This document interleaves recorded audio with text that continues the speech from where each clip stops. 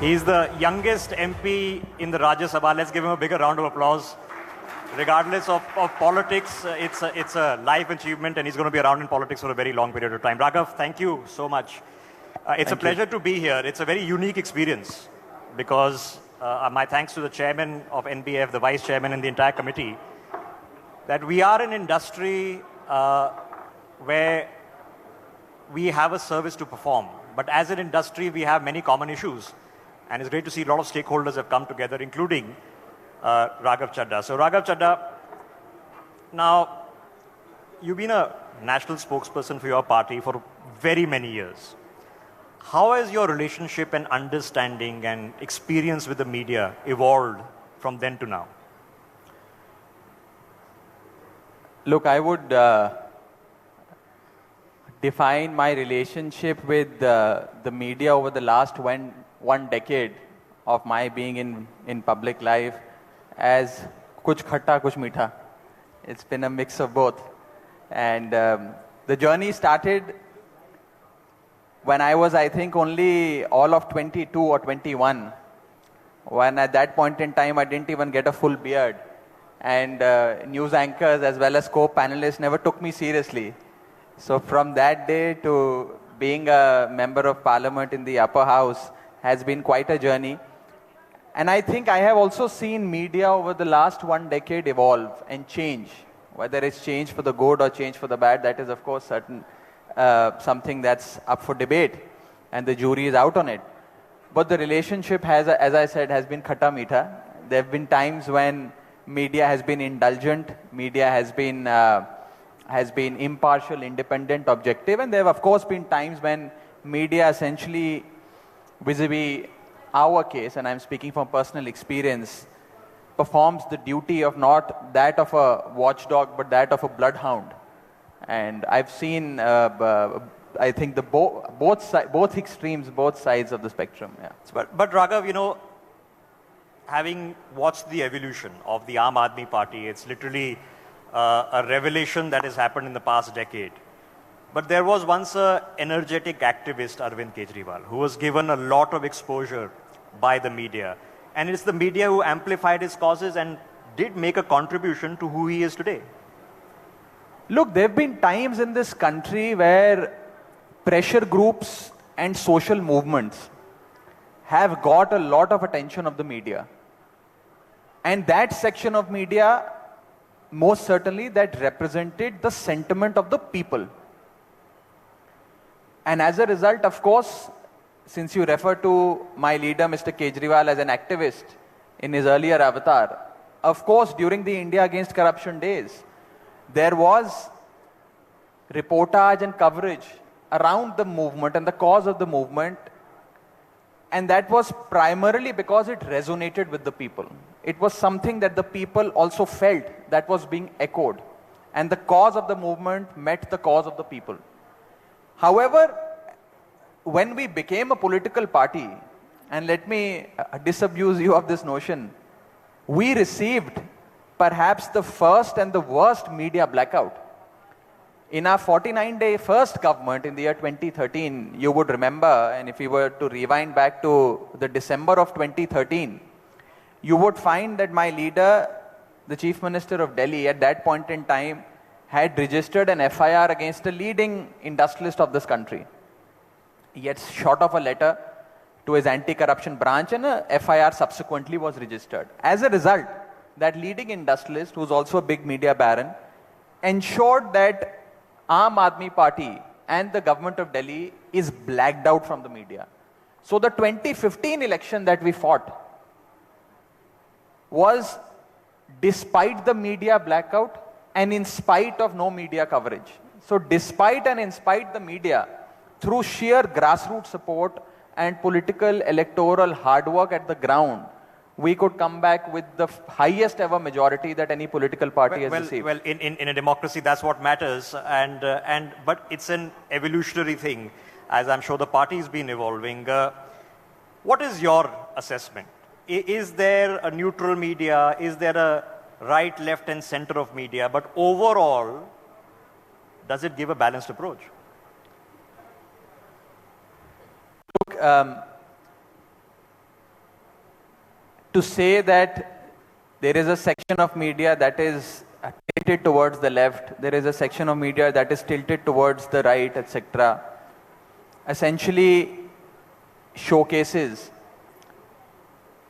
that rather than putting facts, events and news, opinions are being put forward. And as a result, having opinions is also not a bad thing. Every journalist can have an opinion. Every newsroom can have an opinion. But when that opinion, unfortunately, transforms into indoctrination, that is where the problem begins.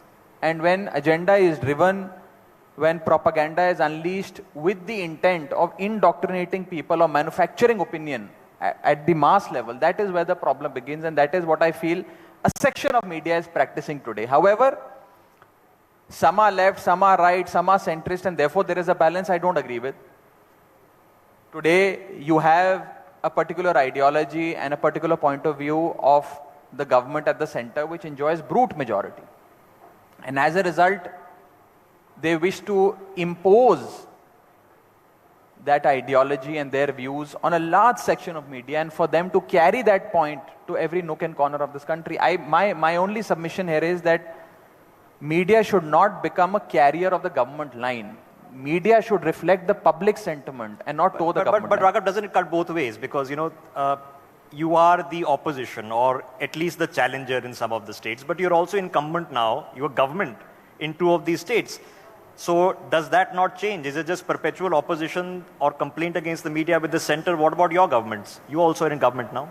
No, absolutely. And I mean, we witness both sides. When we are in opposition in states, we witness, as I say, the role of the media, and also in 1.5 or 2 states where we run successful governments. However, the larger point, Rishabh, is that today, rather than being a bloodhound for the opposition, it is important to be the watchdog for the government. I mean, we are not in power at the center. People who are not in power are being blamed for, issues like inflation, unemployment, so on and so forth, or transgressions by foreign countries into the Indian territory, rather than the government. So therefore, I think it's high time that a section of media which is practicing a different kind of journalism needs to speak truth to power. No, there's no doubt that your positioning has evolved and the party is maturing in a different way, but there is opposition, and then there is opposition for opposition's sake. That just because the central government is doing it, we need to be critical of it. Is there a role in the media that if something good is happening, that as part of Team India, it should be able to applaud the good as well as No, absolutely. If anything that is good that has happened, certainly the opposition and also the national media and all platforms of media must be constructive and appreciative of that. There is absolutely no doubt. And opposition for the sake of opposition is something that I personally and my party personally doesn't believe in. For example, I'll give you a recent example, recent past. When the Prime Minister launched the Swachh Bharat Abhiyan, the first Chief Minister in the country, or the first political party to wholeheartedly support as well as participate in that Abhiyan, was my leader, Mr. Kejriwal, and my party, the Aam Aadmi Party. So therefore, if there is a constructive policy, something good is happening, it's incumbent upon us, on the opposition and on the media, to participate in that and to take the word forward. However, it is also important for a large section of media today to introspect. And I feel, as somebody who's been in opposition for a fairly long amount of time, who's been at the forefront of national media also in that sense when I have to represent my party, that a section of media is only looking for gaps and pitfalls for the opposition and not for the government, which was not the case previously. It is not, you certainly should correct the opposition, but those in power, those who control the levers of power, are more accountable and answerable. No, the introspection is open to media for sure, for political parties. Your logics and strategies evolve, and I'm hoping evolution takes place on all fronts. But let's just change the tack, because media bashing has become a very common forte. It was perhaps during the first few days of the COVID lockdown that, as a country we realized that you can't wait on Twitter, you can't wait on a YouTube explaining video 1 week later, you have to watch live news. And there was a purpose and a role that was being served. So advent of the new generation of media, this concept of live TV and its importance, have we reinvigorated it a bit? TV media is here to stay. TV media is certainly one form of media that has a potential to influence the minds of a significant part of our population, and the penetration of TV media is only increasing in this country. During COVID, of course, TV media played a very constructive role in the sense that they were able to drive home the awareness points vis-a-vis a pandemic or a raging pandemic.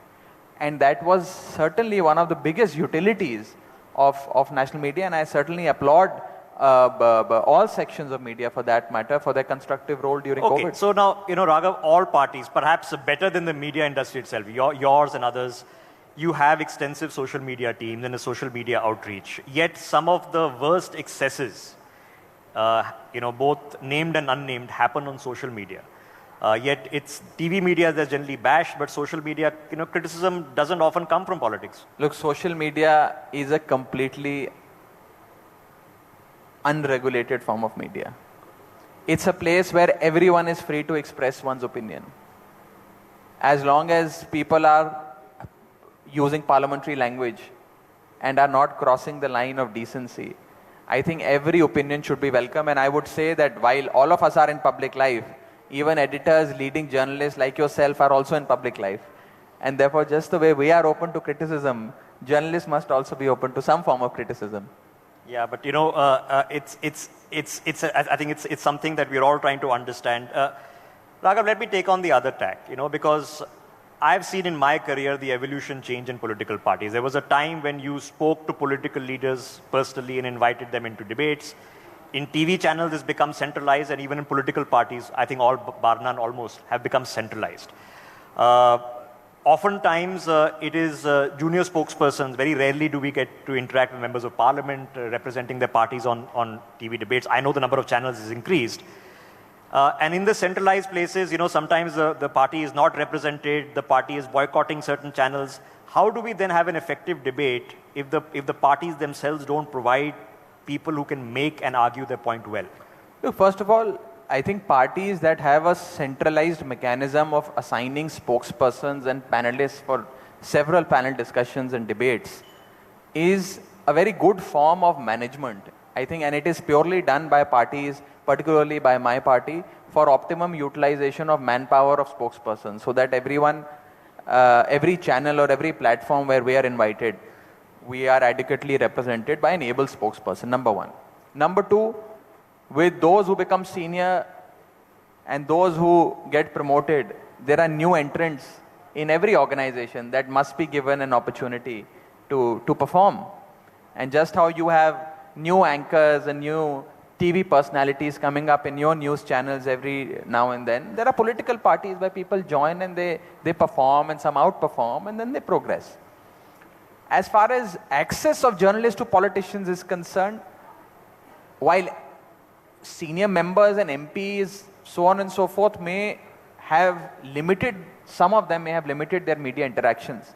But that doesn't mean that the access of journalists to politicians or members of the government has reduced. I think that access is pretty much intact. It has perhaps only increased over the last few years. No, but it's up to us to increase the quality of our debate, and it's also up to political parties to empower us to increase the quality of debate. And obviously, some people can argue the point better, but I know my time here is short, Raghav.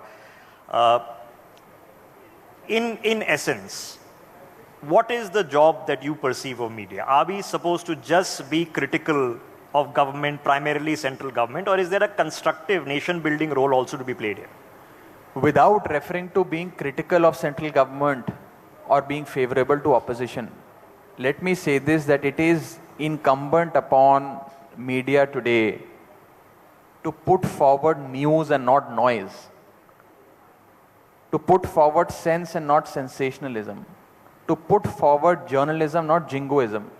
And unfortunately, a large section, and I'm saying this without hesitation, that a section of media today, unfortunately, has, from being a journalist, has today become a propagandist of the government. There's no point in becoming a cheerleader of the government, because once you do that, while you may enjoy certain brownie points with the powers that be, you are deteriorating your own credibility. And as a result, just how people, Rishabh, in this country used to say, and perhaps say this even today, and that led to the formation of a new political startup, a clean, upright startup like my party.